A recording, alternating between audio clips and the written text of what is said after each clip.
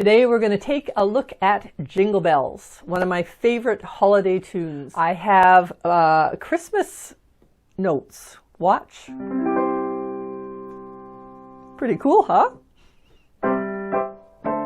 We're going to start off really simply. 3 chords in the left hand, a melody in the right hand that you don't even have to read. You can just follow along with finger numbers because it all happens right here.